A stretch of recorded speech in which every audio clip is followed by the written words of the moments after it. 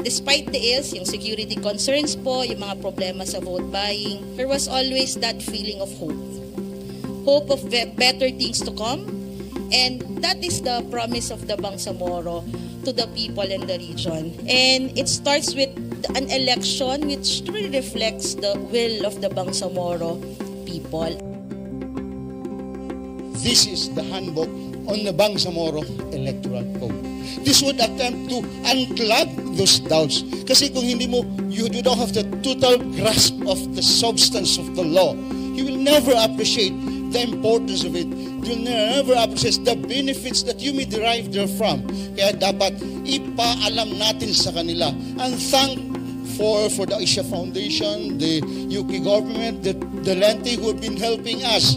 When it comes to the parliamentary elections, nung nag-baseline mapping ang Lente, bawat tao tinanong ano ang level of understanding about a parliament, about the parliamentary elections, at nakita talaga doon na mas mataas yung naiintindihan pero hindi ma-explain. I want to offer my deepest gratitude to Attorney Ona Caritas and Lente for leading this project with such dedication and vision. The meticulous process of gathering community questions and weaving them into this handbook underscores your commitment to a truly participative democracy. Naniniwala po kami na dapat parallel ang effort. Kung may formal approach, dapat po kasabay ito ng approach ng pagpapalawig ng kaalaman ng lahat po ng kababayan natin dito sa Bangsamoro. We hope that this handbook will be helpful to all of us when we conduct public education. We hope that this handbook will be the start of that promise that better things would come for the people in the Bangsamoro region. Ako ay nagpapasalamat, nagpo-congratulate sa ating pong Lente, sa ating pong Asia Foundation at lahat-lahat na tumulong upang maisakatuparan ang proyekto nito.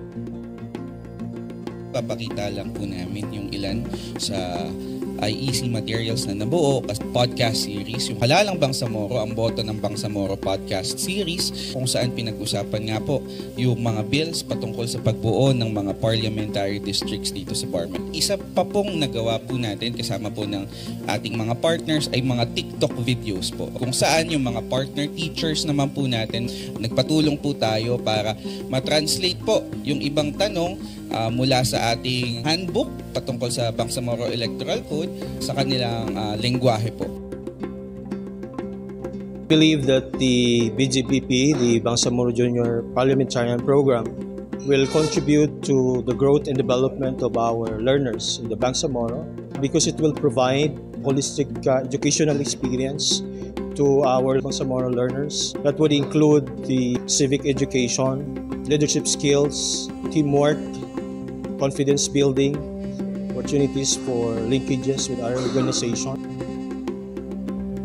Ang ating mga Bangsamoro youth naman ay talagang very potential at we cannot undermine yung ganon na realidad na talagang kayang-kaya nila. We just need to give them opportunity and platform how they can develop themselves to become not just an ordinary member of our community, but of course someone who are frontiers in advancing the peace, in order, in development progress in the Bangsamoro region.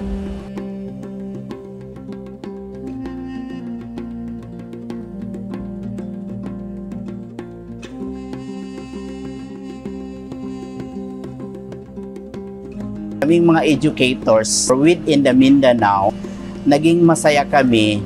Lente give us an insight on the appreciation of our identity as a Bangsamoro learners. Ang nabago sa akin is mas nagkaroon ako ng deep understanding na matutunan kung ano ba yung meron sa BARM, kung ano ba yung mga struggle na pinagdaanan ng mga heroes natin para makamit nila kung ano ba yung mga tagumpay nila ngayon. Maraming nadagdag sa knowledge ko at saka nag-iba yung look up ko, parang yung lookings ko sa BARM since maraming haka-haka yung mga ibang tao sa BARM. And dahil sa dahil sa program na ito or yung pagtackle nito, mas naaalam ko at ano ba talaga yung pagtanaw ko sa bar. Po yung mga bata magiging open-minded na sila about the history of our ancestors, the Bangsamoro leaders at yung mga sacrifices po na nangyari at yun po yung magiging equipment po nila para mas maging eager pa po para matuto sila sa buhay. And pasalamat din po kami sa inyo. An outsider from BARM na andito kayo, you really take an active role.